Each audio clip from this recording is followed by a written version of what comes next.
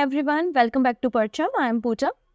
History to the point series में आज हम एंशिएंट हिस्ट्री का एक टॉपिक डिस्कस करने वाले हैं जिसका नाम है वैदिक एज। वैदिक एज में लोग कैसे थे, उस समय क्या प्रैक्टिसेस चला करती थी, इकोनॉमिक कंडीशन क्या थी और समाज व्यवस्था कैसी थी। ये पूरा टॉपिक हम यहाँ पे टू द पॉइंट डिस्कस करेंगे विद PYQ, इसलिए वीडियो को लास्ट तक देखना है। लास्ट में आपको कुछ MCQ मिलेंगे और क्वेश्चन ऑफ द डे भी मिलेगा जिसका आंसर आप हमें कमेंट सेक्शन में दे सकते हैं। इसके पहले एंशिएंट हिस्ट्री में मैंने आपको इंडस वैली सिविलाइजेशन, इसके अलावा एंशिएंट लिटरेचर और stone age with PYQs cover कराया है। अगर आपने वो सारे वीडियो नहीं देखे हैं तो प्लेलिस्ट में जाइएगा, हिस्ट्री प्लेलिस्ट, वहां पर वो सारे वीडियो देख सकते हैं। आप मिडिवल हिस्ट्री और मॉडर्न हिस्ट्री के टॉपिक भी वहां से कवर कर सकते हैं। ओके, वीडियो अगर पसंद आता है तो अपने फ्रेंड्स के साथ शेयर करना नहीं भूलेंगे। अगर आप इस टू द पॉइंट सीरीज को पूरा कंप्लीट कर लेते हैं, मॉडर्न हिस्ट्री, मिडिवल हिस्ट्री और एंशिएंट हिस्ट्री, तो आपको किसी और बुक से इन टॉपिक को पढ़ने की जरूरत नहीं है। अगर आप कोई भी वनडे एग्जाम दे रहे हैं तो सारे टॉपिक यहाँ से कवर हो जाते हैं विद PYQs।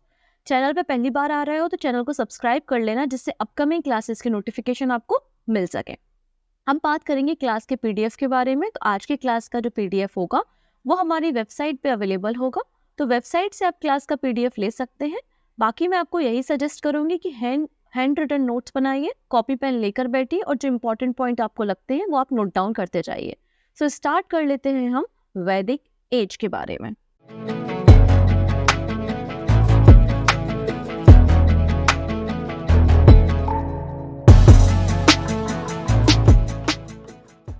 अब कहाँ से शुरू हुई है वैदिक एज के बारे में। पहले आपका इंडस वैली सिविलाइजेशन था। इंडस वैली सिविलाइजेशन के बाद 1500 से लेकर 1000 BC तक, कहाँ से कहाँ तक, 1500 से लेकर 1000 BC तक का जो समय कहलाता है ये आपका ऋग वैदिक पीरियड या वैदिक पीरियड के नाम से जाना जाता है, क्योंकि इसी पीरियड के बीच में कंपाइलेशन किया गया था ऋग्वेद का। बाकी अगर हम देखें 1000 BC से लेकर 600 BC तक का जो पीरियड है ये आपका लेटर वैदिक पीरियड कहलाता है, क्योंकि हम पूरे के पूरे वैदिक पीरियड को दो पार्ट्स में डिवाइड करते हैं। पहला है अर्ली वैदिक पीरियड जो कि 1500 से लेकर 1000 BC तक आता है, और फिर सेकेंड आता है लेटर वैदिक पीरियड जो कि 1000 से लेकर 6000 BC तक आता है। तो अर्ली जो वैदिक पीरियड था उस समय हमारे ऋग्वेद का कंपाइलेशन हुआ था। वहीं अगर हम लेटर पीरियड के बारे में बात करें तो लेटर वैदिक पीरियड में अथर्ववेद, यजुर्वेद और सामवेद का कंपाइलेशन किया गया था। क्लियर? तो आपको ये टाइमलाइन समझ में आई होगी कि वैदिक पीरियड को दो पार्ट्स में डिवाइड किया है, अर्ली एंड लेटर। अर्ली है 1500 से 1000 और लेटर है 1000 से लेकर 600 BC के बीच में। और 600 के बाद आप देखेंगे तो महाजनपद एरा शुरू हो जाता है। अगला जो वीडियो होगा वो हम अपने महाजनपद पर ही डिस्कस करने वाले हैं, ठीक है। अब इनिशियली अगर हम देखते हैं तो इनिशियल सेटलमेंट जो आपको 1500 BC में देखने को मिलता है वो नदर्न वेस्टर्न जो पोर्शन है इंडिया का, आपका जो पंजाब का रीजन है और पंचनद का रीजन है जहाँ पे वो 5 नदियां बहती हैं, वो एरिया जो है आपका, वहां पर आके सबसे पहले आर्यन सेटल हुए थे। और आर्यन का जो पेशा था, मतलब वो जो काम करते थे क्या, कैटल्स, मतलब वो जानवरों को पालने का काम करते थे और जानवरों को पाल के ही अपने लाइफ को चलाने का काम करते थे। जो एग्रीकल्चर या कल्टीवेशन था उतना अधिक मात्रा में कल्टीवेशन नहीं किया करते थे। हालांकि उस समय तक व्हीट एंड बार्ले का उपयोग करते थे और खाने के लिए भी ये लोग व्हीट एंड बार्ले का यूज करते थे, लेकिन कल्टीवेशन उतने मेजर स्केल पर नहीं होता था। इनका मेजर और जो मेन प्रोफेशन था वो कैटल रियरिंग था, मतलब ये पशुओं का पालन किया करते थे। और कोई भी आर्यन या कोई भी व्यक्ति कितना रिच है, कितना ज्यादा पैसे वाला है, इस बात का डिसाइड इस बात से किया जाता था कि उस व्यक्ति के पास कितने अधिक मात्रा में कैटल्स हैं। तो कैटल्स की जो, मतलब आप कह सकते हैं कि कैटल ही वहां पे इकोनॉमी को इंडिकेट करती थी। कोई व्यक्ति रिच है या पुअर है, ये बात इंडिकेट किया जाता था कि उस व्यक्ति के पास कितने जानवर हैं, ठीक है। तो ये उस समय आर्यन पीरियड था। फिर धीरे धीरे आप देखेंगे तो नदर्न इंडिया में आप इंडो गैंगेटिक प्लेन और फिर आपका विंध्य रेंज तक ये लोग स्प्रेड हो गए, ये लोग फैल गए, और इस पूरे एरिया को हमने एक नाम दिया जो हम कहते हैं क्या, आर्यवर्त। तो आर्यवर्त वो एरिया है जहाँ पे आर्यंस आके अपना सेटलमेंट किए थे 1500 से लेके 600 BC के बीच में। ये पूरा एरिया आपका आर्यवर्त के नाम से जाना जाता था। क्लियर? तो यहाँ पे हम वही सारी बातें कर रहे हैं। जब हड़प्पन कल्चर डिक्लाइन हो गया 1500 BC के बाद, तो एडमिनिस्ट्रेशन सिस्टम और इकोनॉमी धीरे धीरे डिक्लाइन होने लगी और उस समय आर्यंस जो है वो नॉर्थ वेस्ट इंडिया में आए, जो पंजाब का एरिया था। कुछ लोगों का मानना है, अब अलग अलग थ्योरीज हैं कि आर्यंस कहाँ से आए और कौन थे ये लोग, तो हम वो थ्योरीज भी आगे डिस्कस करेंगे। बेसिकली खैबर पास जो हिंदू कुश माउंटेन रेंज है, वहां के खैबर पास से भारत में आर्यंस की एंट्री हुई। बोला जाता है कि कैस्पियन सी या फिर सेंट्रल एशिया में रहा करते थे, और ये जो सेंट्रल एशियन वाली थ्योरी दी है ये मैक्स मूलर ने दी है। तो अगर कभी क्वेश्चन पूछ लिया जाए कि किसने आपको बताया कि आर्यंस जो है वो सेंट्रल एशिया से आए थे, तो आप बता देना कि मैक्स मूलर की थ्योरी है। आर्य का मतलब होता है नोबल, ठीक है। ये नॉर्थ वेस्टर्न माउंटेन के आसपास के रीजन में रहा करते थे और प्राइमरी इनका जो पेशा था वो कैटल रियरिंग था और सेकेंडरी जो इनका प्रोफेशन था वो एग्रीकल्चर था, ठीक है। फिर आगे आते समय जब लेटर वैदिक पीरियड में ये इंडो गैंगेटिक प्लेन तक पहुंच गए और ये पूरा का पूरा एरिया हमने नाम क्या दिया, आर्यवर्त नाम दिया। आर्यवर्त जो है उसको हमने दो पार्ट्स में डिवाइड किया है, आप देख सकते हैं। इस आर्यवर्त जो पीरियड है वो 1500 से लेकर 600 बीसी तक है। तो हमने यहाँ पे जो आर्यवर्त है या फिर आपका जो ऋग्वैदिक पीरियड या वैदिक पीरियड है उसको हमने दो पार्ट्स में डिवाइड किया है। वैदिक पीरियड को हमने दो पार्ट्स में डिवाइड किया है, ऋग्वैदिक पीरियड 1500 से 1000 और लेटर वैदिक पीरियड जो कि 1000 से 600 बीसी के पास है। क्लियर इतनी चीजें। आइए अब यहाँ पर इसे वैदिक पीरियड इसलिए कहते हैं क्योंकि इस वैदिक पीरियड में ही वेदों को कंपाइलेशन किया गया है, ठीक है। यहाँ पे जो वैदिक टेक्स्ट है उनको भी दो कैटेगरी में डिवाइड किया है, एक अर्ली वैदिक जिसमें ऋग्वेद को कंपोज किया गया और एक लेटर वैदिक जिसमें दूसरे सारे वेदास को कंपोज करने का काम किया गया, ठीक है।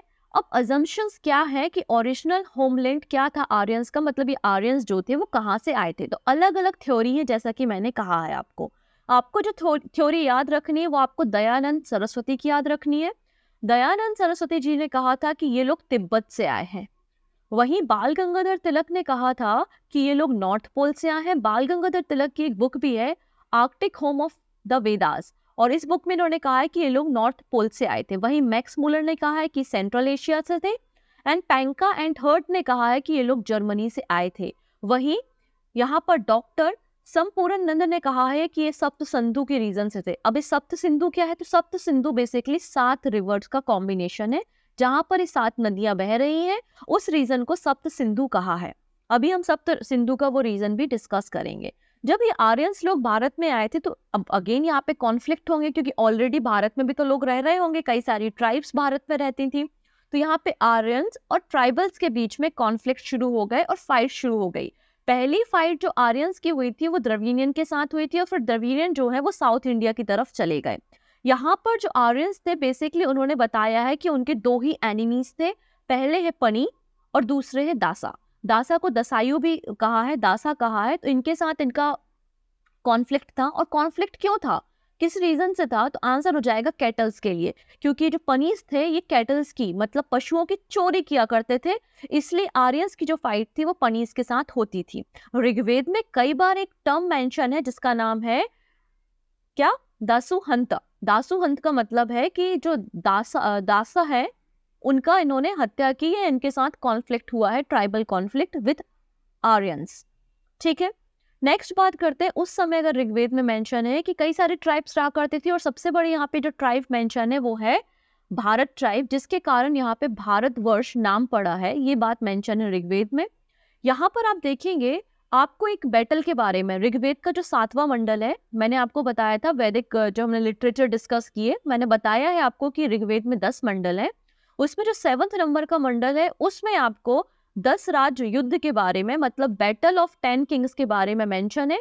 यहाँ पर जो बैटल ऑफ 10 किंग्स लड़ी गई थी, ये ट्राइब भरत जिसको लीड कर रहे थे किंग सुदा, और 10 अलग ट्राइबल ग्रुप्स के बीच में लड़ी गई थी, जिसमें पुरु, यदु, तुर्वासा, अनु, है ना, ये सारी ट्राइब्स यहाँ पे शामिल थी। तो यहाँ पर बैटल होती है जिसे हम बैटल ऑफ 10 किंग्स कहते हैं, और ये बैटल जो है वो रावी रिवर के किनारे होती है, और एंशिएंट समय में रावी रिवर को हम परुशनी रिवर के नाम से जानते थे, ठीक है। तो यहाँ पर इस बैटल के बारे में एग्जाम में कई बार प्रश्न बने हैं, ये बैटल बहुत इंपॉर्टेंट है।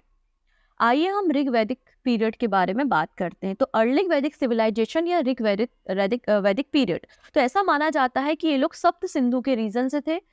ऋग्वेद में भी सप्त सिंधु के बारे में हमको जानकारी मिलती है। सप्त सिंधु का मतलब होता है land of 7 reverse.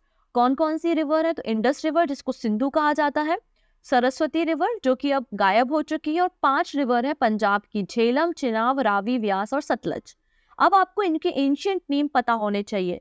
Jhelum river को वितास्ता कहा जाता था, चिनाब को अस्कीनी, रावी को परूशनी रिवर जिसके किनारे ही आपका बैटल ऑफ 10 किंग्स हुआ है, व्यास रिवर को बिपासा, एंड सतलज रिवर को सतुद्री के नाम से जाना जाता था। तो ये रिवर्स आपको याद रखनी है, ठीक है।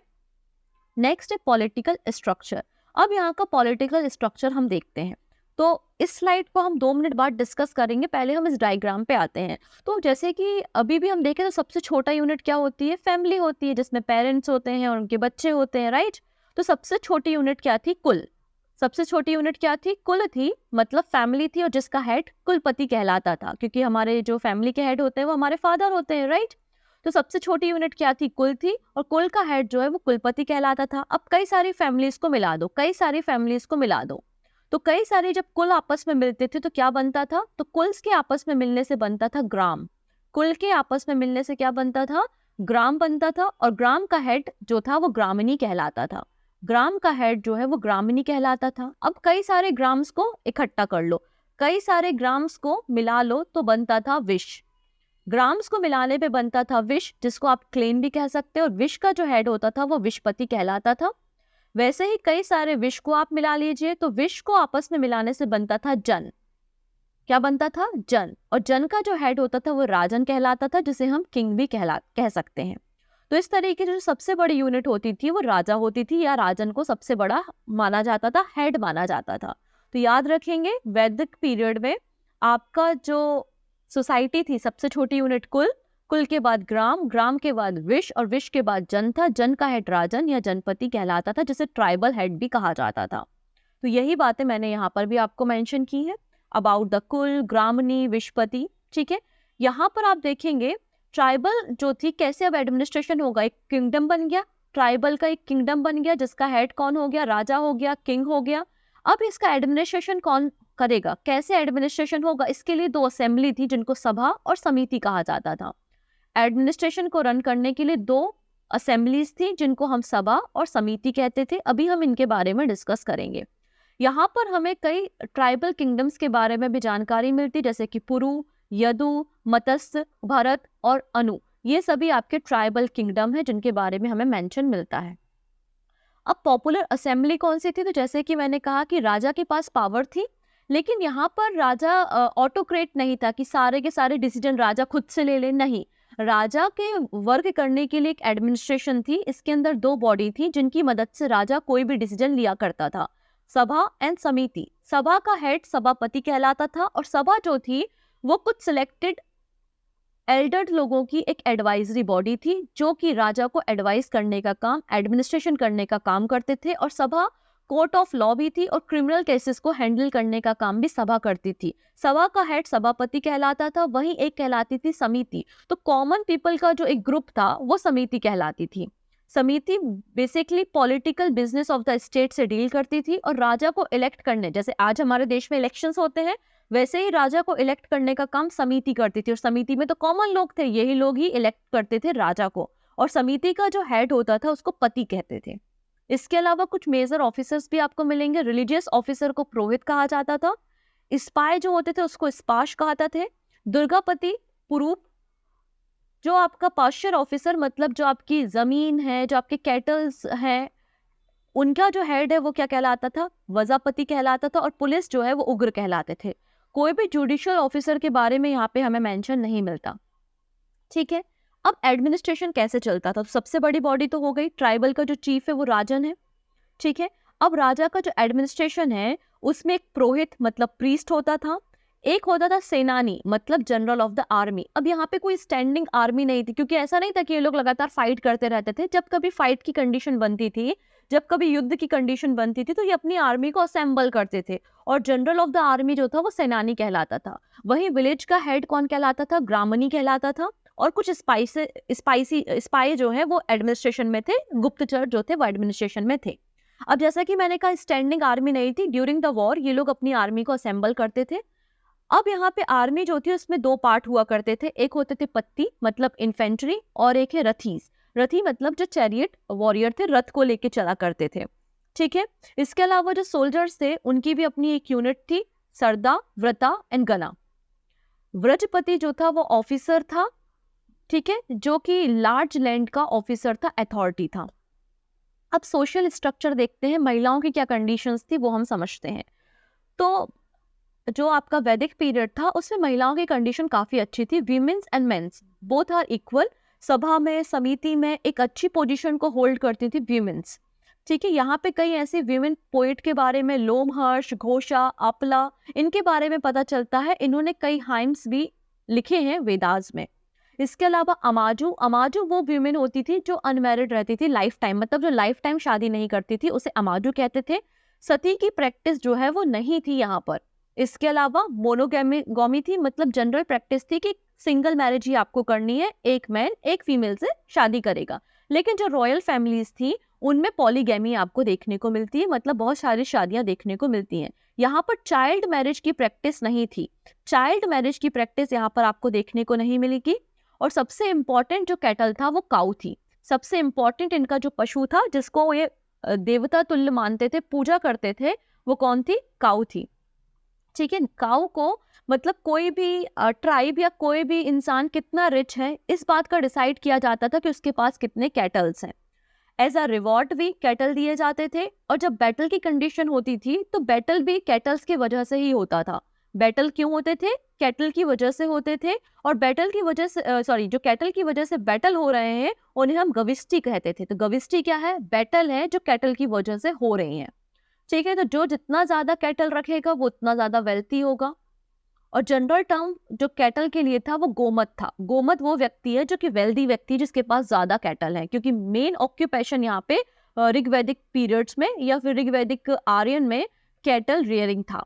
यहाँ पे जो काऊ थी वो बहुत इंपॉर्टेंट कैटल मानी जाती थी। और काऊ को अगण्य कहा जाता था। अगण्य मतलब इसको मार नहीं सकते, गौ हत्या नहीं कर सकते, ये बात यहाँ पे आपको मेंशन मिलती। कुछ इंपॉर्टेंट टर्म आपको मिलेंगी। गौ मतलब काऊ, फिर गविष्टि मतलब जो फाइट हो रही है काऊ के कारण या कैटल के कारण जो बैटल हो रही है। गौपति मतलब जो प्रोटेक्टर है काऊ का, जो काऊ को प्रोटेक्ट करेगा। फिर है गौधिल, गौधिल मतलब गौधुलू मतलब मेजरमेंट ऑफ टाइम। फिर है आपका गव्युति मतलब मेजरमेंट ऑफ डिस्टेंस। नेक्स्ट है दुहित्रा मतलब जो काऊ का मिल्क निकालता है। गोमत वेल्दी मैन जिसके पास ज्यादा कैटल है। फिर है न्योगा, न्योगा मतलब विडो, रीमैरिज के लिए जो वर्ड यूज किया है वो न्योग यूज किया है। नेक्स्ट है पुरपतीस, commander of the mud fort. And वेंकनट मतलब person who lend money on interest. तो ये कुछ वर्ड आपको आर्यन पीरियड में देखने को मिलेगा। डायरेक्टली ये वर्ड एग्जाम में आपको देखने को मिलेंगे, तो इसलिए इन वर्ड को एक दो बार रिवाइज करो। अब बात करते हैं रिलीजन कैसा था, कौन से धर्म को मानते थे। तो यहाँ पर देखो कोई भी मंदिर नहीं थे, कोई भी आइडल वर्शिप नहीं थी। ऐसा नहीं था कि मूर्तियां बना ली और भगवान की पूजा कर रहे हैं, बड़े बड़े मंदिर बना लिए और भगवान की पूजा कर रहे हैं, नहीं, ऐसा कोई भी एविडेंस यहाँ पर नहीं मिलता, ठीक है। ये लोग बेसिकली नेचर की पूजा किया करते थे। इनके मेन डाइटी थे इंद्रदेव। इंद्रदेव को पुरंदर भी कहा जाता है। और इंद्र भगवान के ऊपर 250 हाइम्स आपको ऋग्वेद में देखने को मिलेंगे। तो मेन डाइटी कौन है इनके? इंद्रदेव हैं। सेकेंड आते हैं अग्निदेव। अग्निदेव जो थे वो मीडिएटर थे बिटवीन ह्यूमन एंड गॉड। अगर भगवान तक कोई बात पहुंचानी है तो आप अग्निदेव को खुश करो, अग्निदेव आपकी बात जो है वो इंद्रदेव तक या दूसरे बड़े भगवानों तक पहुंचाएंगे। होली एनिमल था काऊ, और काऊ को अगन्या कहा जाता था और इस एनिमल को आप किल नहीं कर सकते। सबसे पवित्र नदी थी सरस्वती रिवर। इसके अलावा आप देखेंगे गायत्री मंत्र में आपको सावित्री के बारे में मिलता है ऋग्वेद में। तो यहाँ पर एक इंपॉर्टेंट डाइटी सावित्री भी थी और ऋग्वेद को कंपोज जो है विश्वामित्र ने किया है, ठीक है। इतनी चीजें अब यहाँ पर आप देख सकते हैं। 250 हाइम्स आपको यहाँ पर मिलते हैं इंद्रदेव के ऊपर। इंद्रदेव के अपने कुछ सर्वेंट्स भी होते थे, मेल एंड फीमेल। इंद्रदेव के जो मेल सर्वेंट थे उन्हें गंधर्व कहा जाता था और फीमेल सर्वेंट को अप्सरा कहा जाता था। इंद्रदेव का कंपैरिजन ग्रीक गॉड जीसस से भी किया गया है।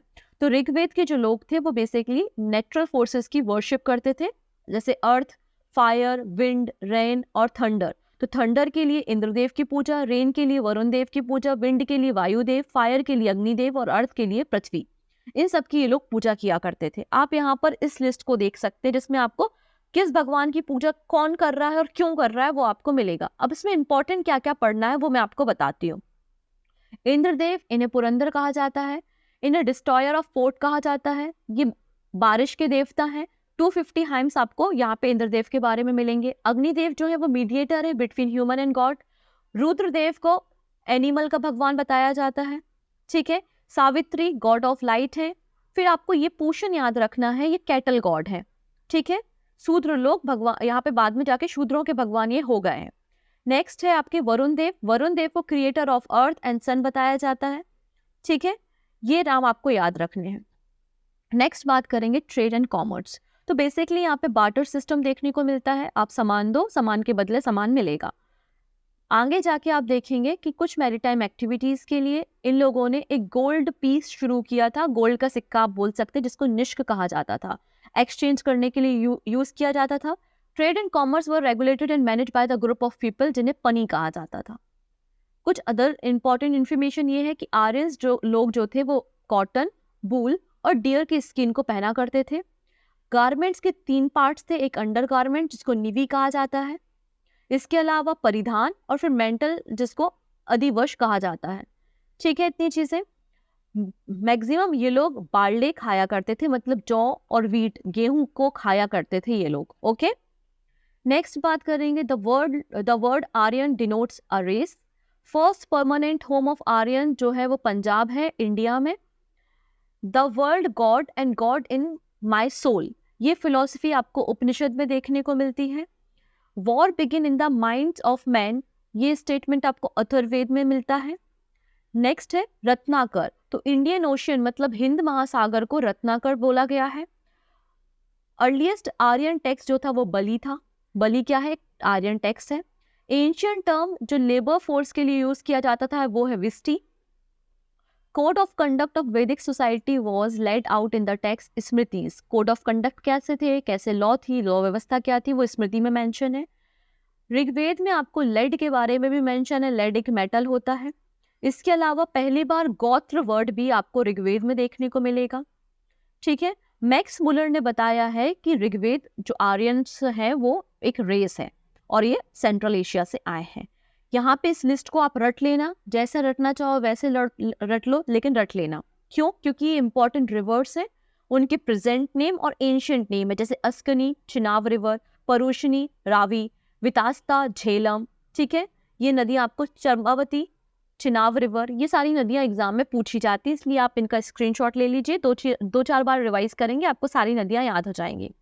क्लियर है? फिर वैदिक पीरियड के बाद आता है लेटर वैदिक पीरियड। अर्ली वैदिक पीरियड के बाद लेटर वैदिक पीरियड है और उसमें थोड़ी चीजें अलग हुई हैं। कैसे अलग हुई हैं?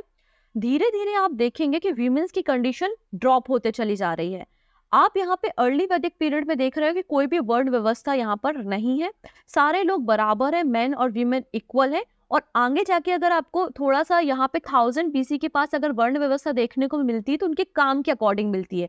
मतलब जो प्रीस्ट है, जो पूजा पाठ करा रहा है वो ब्राह्मण है, जो युद्ध लड़ रहा है वो क्षत्रिय है, जो कल्टीवेशन कर रहा है वो वैश्य है, और जो स्लेवरी या दास प्रथा में इन्वॉल्व है और छोटे दर्जे के काम कर रहा है वो शूद्र है, ठीक है। इस तरीके से काम के हिसाब से आपका वर्ण डिसाइड है। लेकिन लेटर वैदिक पीरियड तक आते आते आपके जन्म के हिसाब से आपका वर्ण डिसाइड हो गया। मतलब ब्राह्मण के परिवार में आप पैदा हुए हो तो आप ब्राह्मण हो, क्षत्रिय के परिवार में पैदा हुए हो तो क्षत्रिय हो। मतलब आपका वर्ण व्यवस्था जो है वो आपके बर्थ के हिसाब से हो गई। पहले आपके कर्म के हिसाब से थी, आपके प्रोफेशन के हिसाब से थी, फिर आपके ये बर्थ के हिसाब से हो गई है, ठीक है। मतलब पहले अर्ली वैदिक जो था वो वैदिज्म को फॉलो करता था, लेकिन आगे लेटर वैदिक पीरियड में ब्राह्मणिज्म देखने को मिलता है, ठीक है।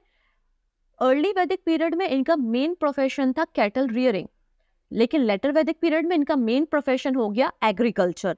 पहले यहाँ पे सबसे बड़ी यूनिट जन हुआ करती थी, अब यहाँ पे जनपद होने लगे, ठीक है। तो आपको यहाँ पे लेटर वैदिक पीरियड में कई सारे जनपद देखने को मिलेंगे, जिसमें आपको पंचाल एक इंपॉर्टेंट जनपद देखने को मिलेगा, ठीक है। फिर बाद में यही जनपद जो है वो महाजनपद में कन्वर्ट हुए और 16 महाजनपद बने। इन 16 महाजनपद को हम आने वाले वीडियो में कवर करेंगे, ओके। आई थिंक आपको वैदिक एज के बारे में काफी कुछ नई इन्फॉर्मेशन सीखने को मिलेगी। आइए हम कुछ क्वेश्चंस को यहाँ पे कवर करेंगे।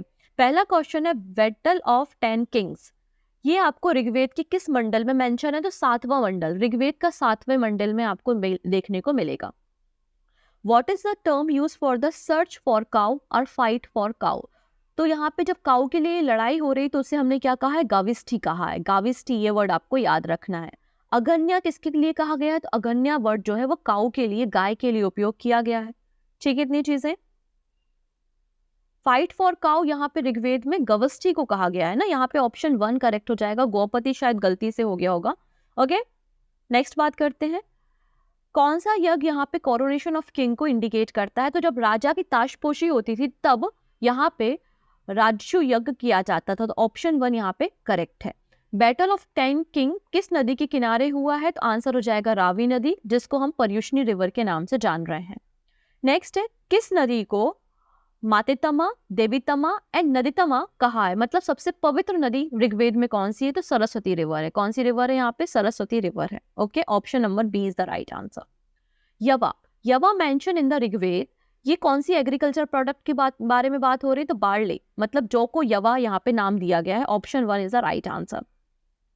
किस वेद में मेंशन है कि सभा एंड समिति डॉटर है प्रजापति की? तो प्रजापति की पुत्रियां सभा और समिति को बताया गया है कहाँ? अथर्ववेद में, अथर्ववेद। ओके, नेक्स्ट है, from which of the following text do we get information about the 4 ashram for the first time? तो 4 आश्रम कौन कौन से हैं? ब्रह्मचर्य, गृहस्थ, वानप्रस्थ एंड संन्यास। इन चारों आश्रम के बारे में हमें इंफॉर्मेशन मिलती है जाबला उपनिषद से। Option 1 is the right answer. Clear? Next है, किस टेक्स्ट से हमें मौर्यन के बारे में इंफॉर्मेशन मिलती है? तो आपको मैंने विष्णु पुराण के बारे में बताया था। विष्णु पुराण से हमको मौर्यंस के बारे में इंफॉर्मेशन मिल रही है।